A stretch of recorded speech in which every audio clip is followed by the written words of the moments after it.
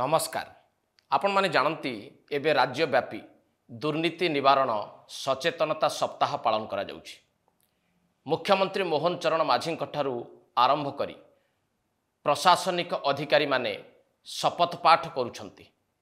दुर्नीति विरोध रे शून्य सहनशीलता नीति को अवलंबन करा जिवो बोली कहुछंती एवं दुर्नीतिर मूलोत्पाटन करिबा पई ए सरकार प्रतिश्रुतिबद्ध बोली गोटिए वार्ता मध्य जनसाधारण को उद्देश्य रे दउचंती। सेही भली आउ गोटिए कथा मध्य एबे सामना को आसीछि जेतेबेले सरकार एवं सरकारंकर मुख्य दुर्नीति विरोध रे लढेई करिबा पई आह्वान दउचंती, लोकंक मनरे विश्वास जन्मेइबा को चेष्टा करुचंती। सेतेबेले सेही सरकारंक अधीन रे कार्य करुथबा जणे वरिष्ठ प्रशासनिक अधिकारी बा सीनियर आईएएस ऑफिसर गोटिए आलेख्य लिखिचंती। जो आलेख्यर शीर्षक हेउची जे दुर्नीति विरोध रे लढेई करिबा सहज नुहे। तो एभली भाबरे दुईटी भिन्न वार्ता जाउची जनसाधारण को उद्देश्य रे एवं सेमानक मनरे गोटिए द्वंद्व भी तयारी होउची जे सरकार कहूची दुर्नीतिर मूलोत्पाटन करिदब, सरकार कहूची दुर्नीतिग्रस्त को साबाड़ करिब, आउ जणे आईएएस ऑफिसर कहउचंती दुर्नीति विरोध रे लढिबा एते सहज नुहे। ए जो द्वंद्वात्मक स्थितिटी वर्तमान उत्पन्न होईची यार प्रभाव जनसाधारण को ऊपर किभली भाबरे पड़िबाकू जाउची तारि ऊपर विश्लेषण करिबा आजिर एडिटोरियल रे। एबे आपण माने विभिन्न गणमाध्यम रे लक्ष्य करिथिबे गोटिए खबर सामना को आसुची। से खबरटी कौन जे प्रति वर्ष परी दुर्नीति निवारण सचेतनता सप्ताह पालन करा जाउची सरकारक तरफरु प्रशासनिक अधिकारी मानक तरफरु। कोठी कोठी आपणक सामना को आसुछंती मुख्यमंत्री मोहन चरण माझी जी हाथ टेकिकी शपथ नौछंती जे दुर्नीति को प्रश्रय ए सरकार दब नाही, दुर्नीतिग्रस्तंक विरोध रे समस्त कार्यानुष्ठान ए सरकार नब। केवल मुख्यमंत्री कथा कहउचंती ता नुहे, राज्यर मुख्य शासन सचिव, पुलिस डीजी, विजिलेंस डीजी एवं वरिष्ठ प्रशासनिक अधिकारीगण समस्ते एई प्रकार गोटे शपथ नौचंती जे दुर्नीति विरोध रे स्वर उत्तोलन कराजिब एवं दुर्नीतिग्रस्तों को साबाड़ कराजिब। एमती गोटे वार्ता दबा सहित जनसाधारण मनरे विश्वास टे तैयारी करने को चेष्टा करुछंती जे सरकार चाहूछंती दुर्नीति को कमेइबा पई, दुर्नीतिर मूलोत्पाटन करिबा पई। आपण एक कथा भी जानिचंती विगत सरकार समय रे दुर्नीति प्रति शून्य सहनशीलता नीति आपणा जाइथिबा कथा बारंबार कुहा जाइछि, प्रचार करा जाइछि, किंतु तार फल हिछि कोन?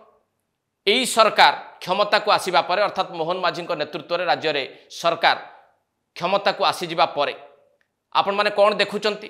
प्रतिदिन जदि प्रमुख गणमाध्यम को आपण देखुथुबे बा डिजिटल मीडिया को आपण देखुथुबे अनेक संख्या रे बाबू माने धरा पडुछंती, कोटी कोटी टंका हड़प करिथिबार तथ्य सामना को आसुछि, विजिलेंस सेमान को गिरफ करूछि, जेल पठाउछि।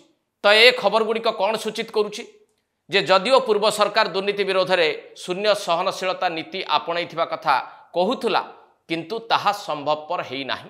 जेहेतु से सरकार एबे नाहंती, नुआ सरकार आसीछंती, नुआ मुख्यमंत्री आसीछंती, तेणु ये बोधुए दुर्नीति विरोध में दृढ़ कार्यानुष्ठान नबाकू जाउछंती बा दुर्नीति विरोध में कड़ा कार्यानुष्ठान नहीं पारंती, एई प्रकार गोटिए भरोसा एबे लोकंक मनरे तैयारी होबारे लागिछि। सेही भली आउ गोटिए वार्ता मध्य आपणक पाखे रखिबाकू चाहिबी।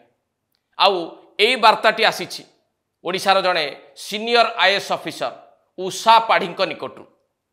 आपण माने उषा पाढ़ी को जानिथिबे, जणे वरिष्ठ आईएएस ऑफिसर, सी विभिन्न गुरुत्वपूर्ण दायित्व रे सी काम करिछंती एवं करूछंती मध्य। एबे सी गोटिए आलेख्य लिखिछंती इंग्राजी खबर कागज रे एवं ओडिया खबर कागज रे।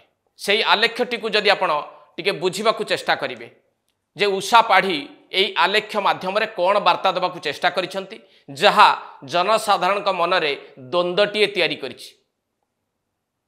ताहा पुणी दुर्नीति विरोध रे सरकारंकर आभिमुख्य कौन हब, सरकार सतरे दुर्नीति को रोकी पारिबे कि, ए प्रकार प्रश्नटीए भी तैयारी करिछि एई आलेख्यटी।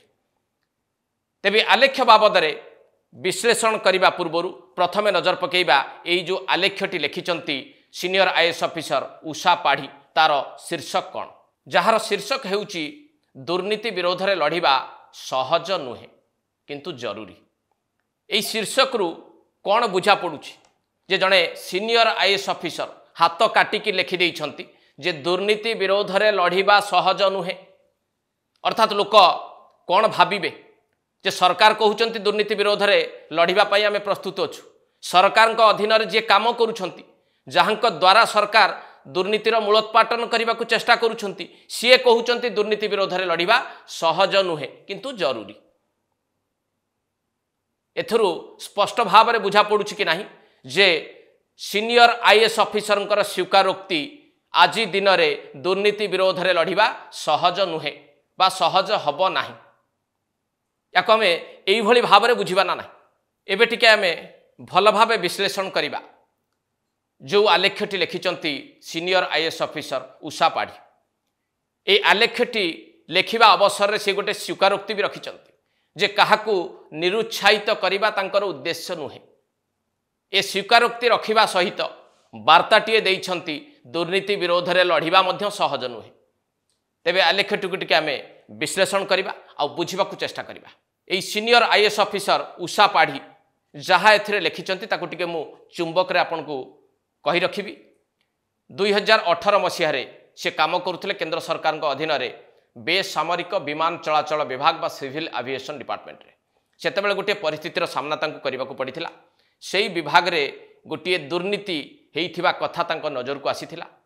जो कथाटी जानिबा परे तांको विवेक काले तांको कहिथिला ए दुर्नीति विरोध रे लड़ाई करिबा पई एवं तांको विवेकर आह्वान सुनी कि सी लड़ाई करिबा पई प्रस्तुत हेइतिले एवं जे दुर्नीतिग्रस्त ताकू धरेइबाकू से चेष्टा भी करथिले।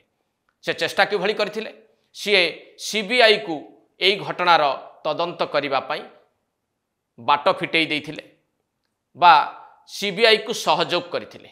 सीबीआई ए घटनार तदंत आरंभ करथिला।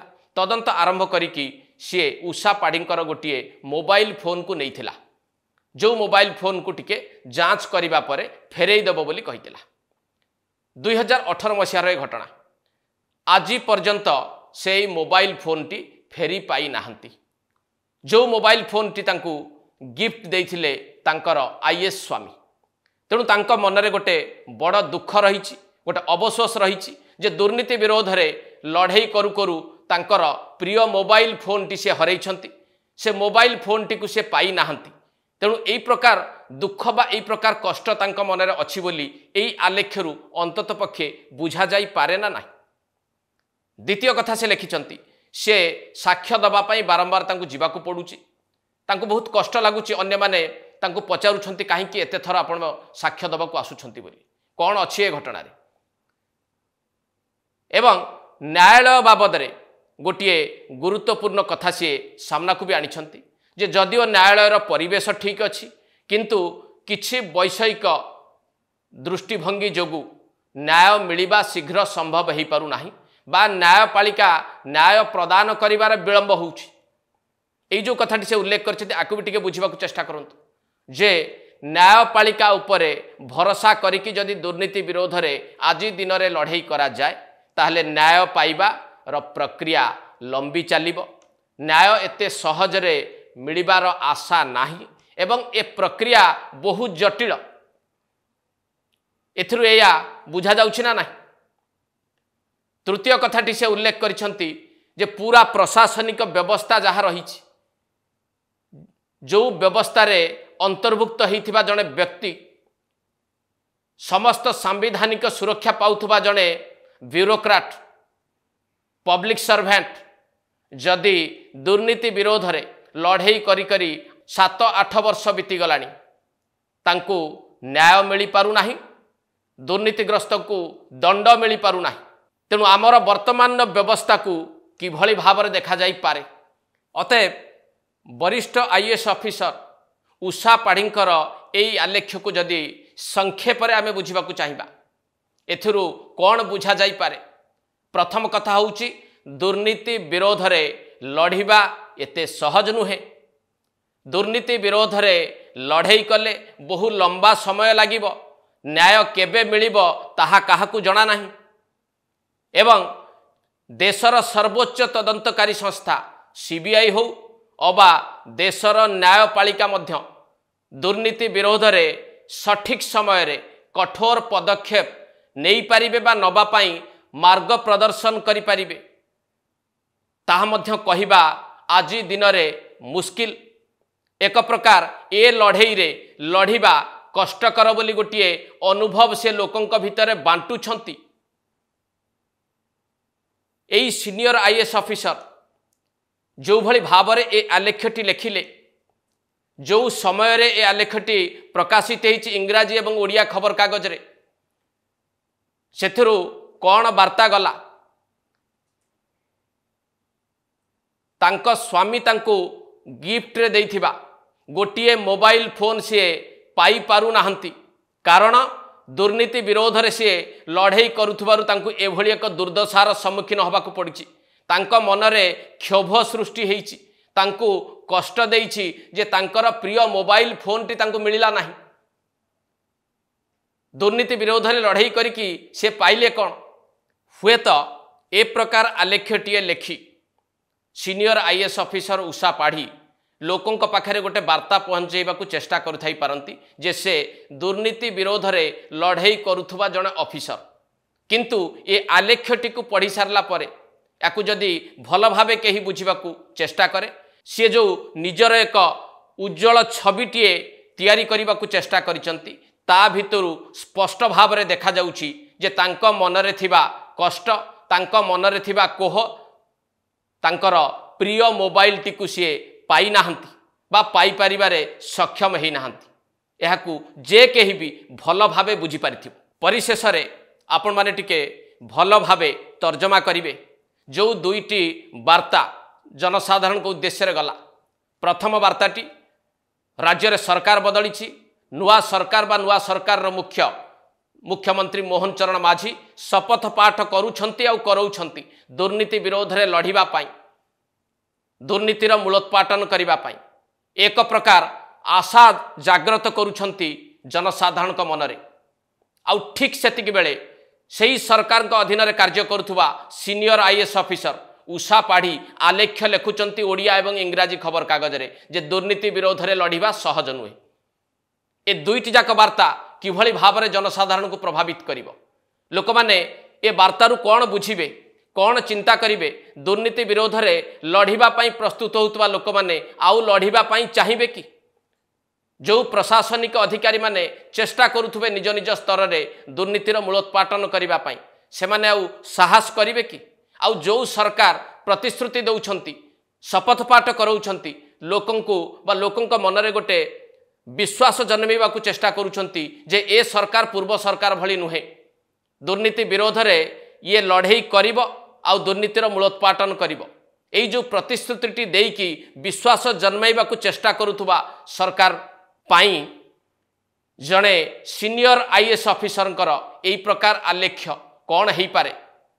परोक्षरे बुझिबाकू गले वर्तमान सरकार एवं सरकारंकर मुख्य जो आशा पोषण करुचंती से आशा उपरे एई आलेख्यटी पानी ढाली देला ना नाही, से आशा तांकर भांगी देला ना नाही? आपण माने टिके भल भावे विचार करिवे। एट शेष करबा एडिटोरियल। नमस्कार।